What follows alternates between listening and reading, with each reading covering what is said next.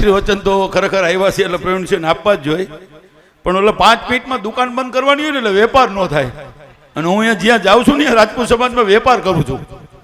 મારા સમાજ માટે હું ન કહું ત્યાં સુધી બોલું કેમ મારી હયાવરાળ, મારું દુઃખ દર્દ પીડા એ રાજપૂત સમાજ છે. આપ જાણો છો ને મેં 4 ધામની યાત્રા 4 વાર કરી અને સમગ્ર ભારત 7-8 વાર કર્યું છે. ગંગા નદીમાં સ્નાન 65 વર્ષમાં 65 ઉપર તો કર્યું છે, દર વર્ષે 1 વાર. પણ હમણાં મેં સાબરમતીમાં સ્નાન કર્યું અને એ સ્નાન કરવા મને મોકલો સમાજે અને લઈ આવ્યો પાછો 9 દીમાં સમાજ. એ દાખલો એટલા માટે આપું છું કે એમાં મુખ્ય હીરો હતો અમારો પ્રવીણસિંહ જાડેજા. એને 6 વાગ્યામાં હકુબાને જગાડ્યા, ડોક્ટર સાહેબને જગાડ્યા કે પીટી બાપુની પાછા થઈ. જો કે ડોક્ટર સાહેબ તો રાતે 1:30 વાગે જાગી ગયા હતા.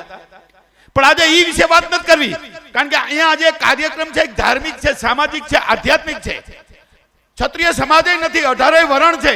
સમગ્ર સેવક દુનિયા ગામ છે ને આજુબાજુના ગામમાંથી પધારેલા અને વક્તાઓ પણ એવા છે, સ્વામીઓ, સંતો. શૈલેષભાઈ તો મારા ખાસ મિત્ર છે, મારા એક મિત્ર છે, અમારે બેની એક દિવાલે ઓફિસ છે, એમના સાધુ છે એટલે અમારે મળવાનું ખૂબ થતું હોય.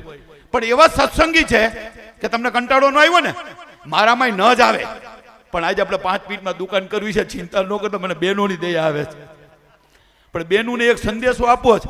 પ્રવીણસિંહ આજે 9 કાર્યક્રમ કર્યા, એમાં એક કાર્યક્રમ જે બહેનોનું સન્માન કર્યું. શેનું સન્માન?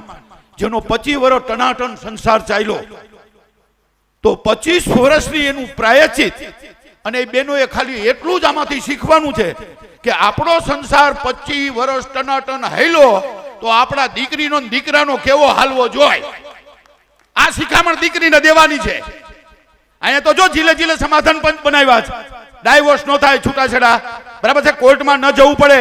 એટલે તમામ જિલ્લામાં આપણે 7-7ની ટીમ સાથે ડોક્ટર, રિટાયર્ડ જજ, પોલીસ ઇન્સ્પેક્ટર, સમાજના કાર્યકરો જીલે જીલે. પણ આ ન કરવું પડે.